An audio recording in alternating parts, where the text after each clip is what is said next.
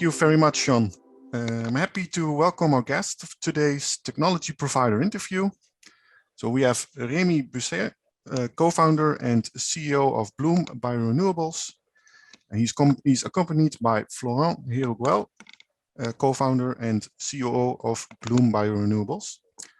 Also with us today is Sophie Roelands. She's co-founder of Amphystar. Welcome. Hello. So I think we are all very curious about the activities of Bloom Biorenewables and also of Amphystar and what kind of technology they bring to the market that enables the valorization of biowaste. So please, Florent, introduce your company with a specific focus on how your company contributes to the valorization of biowaste. Sure. Hello. So thank you first for the invitation. And about Bloom, our mission is to really help the industry to go more sustainable. And we are doing this by sourcing sustainable carbon in biomass, because as you know, most of the products around us are made from carbon. And this goes from paintings, plastics, cosmetics, textiles. And today, most of this carbon is coming from fossil fuels. And at Bloom, we developed a process to mine this carbon in lignocellulosic biomass. And the connection here with waste is that we believe that valorizing this waste, which actually should not be called waste anymore, there are these side streams or this carbon feedstock, could be also side stream from the industry. So we are working with straw, we are working with shell from fruits, and a side stream from the forestry. And we managed to fractionate this feedstock to extract key building blocks, which can be then delivered to many industries so that we can make all the products I mentioned without using any drop of petroleum. Thank you very much, Florent.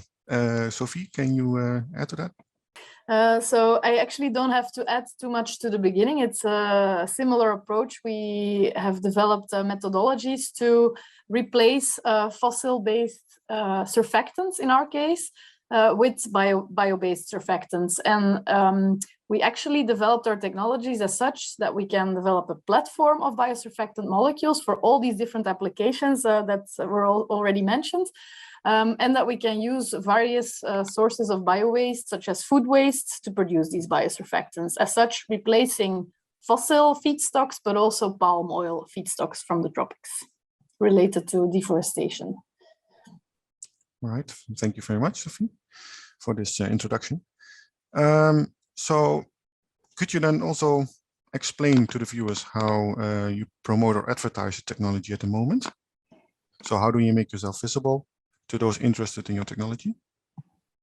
I go first, or? Yeah, you can go first. Okay, so yeah, typically we use social media channels such as LinkedIn, for example. We go to trade fairs, to conferences, and now we actually will have our first product. So it's a consumer product, a hard surface cleaner containing the waste-derived biosurfactants. So we really converted food waste into biosurfactants. That process was scaled up at Biobase Europe pilot plant. And that product now goes into a prototype on the market. So we will really have the bottle of the product of a known brand. And that is also, of course, very nice advertisement to show people. So that's how we typically do it. Take those products also to customers. Right. And Remy, how about Bloom Biorenewables? Yes, so at Bloom, we do it very similarly. And I think what we can highlight here is we need the whole supply chain to understand the process for them to kind of integrate this kind of valorization of biomass into their vision. And so what we do is we go all the way from biomass providers, should it be in the forestry or agricultural space, all the way to the chemical industries. And we kind of promote through fairs, personal interviews, but also social media, obviously, what we do and how we can really turn SideStream into absolutely performant and matching products to what the industry is using today. All right, thank you. And a question to you, Florent. How could the Tech for Biowaste database help you? And which functionality are you most excited about? So as explained by Remy, what we try to do is really to cover the full value chain from the carbon resource to the end customer. And we are really trying to reach out to feedstock and to customers. But the idea is that we have more visibility and people can proactively find us. And access to feedstock is becoming more and more strategic, because as we all try to move away from fossil fuels, there is a race somehow to try to find these alternative source of carbon that we can find in the waste feedstock. So I think it's very key. So our hope here is that we will have people reaching out directly to us if they manage to grasp really the unique selling proposition that Bloom is offering, both from a feedstock valorization point of view, but also from a market point of view. Sophie, how about you? Yeah, again, quite similar. It's visibility is very important for a startup. What we do is also quite, it's unique. It's the first time a company will put a completely food waste derived biosurfactant on the market. But it's as a small startup with not a lot of communication money. It's difficult to reach everyone that you want to reach. So I think for us that's really important that we are there and that people can find us there.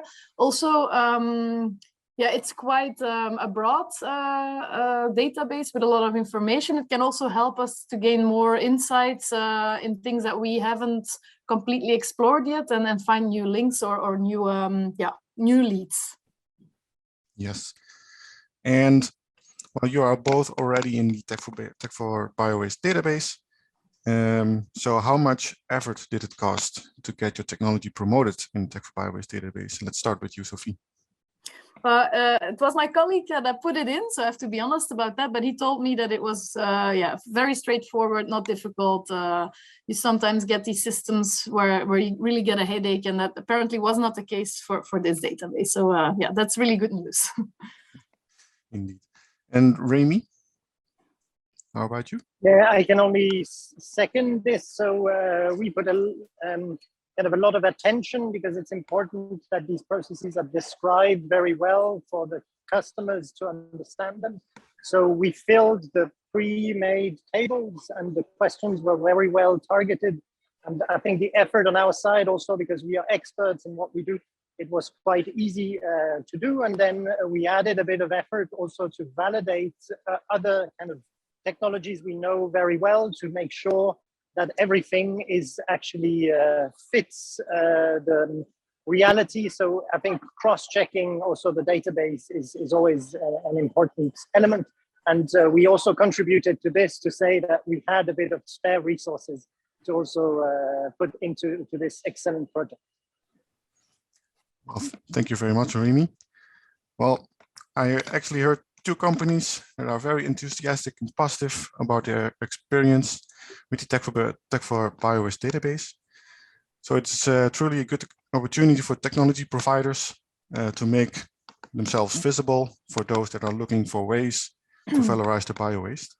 So join the Tech4Biowaste database and get your technology out of the dark.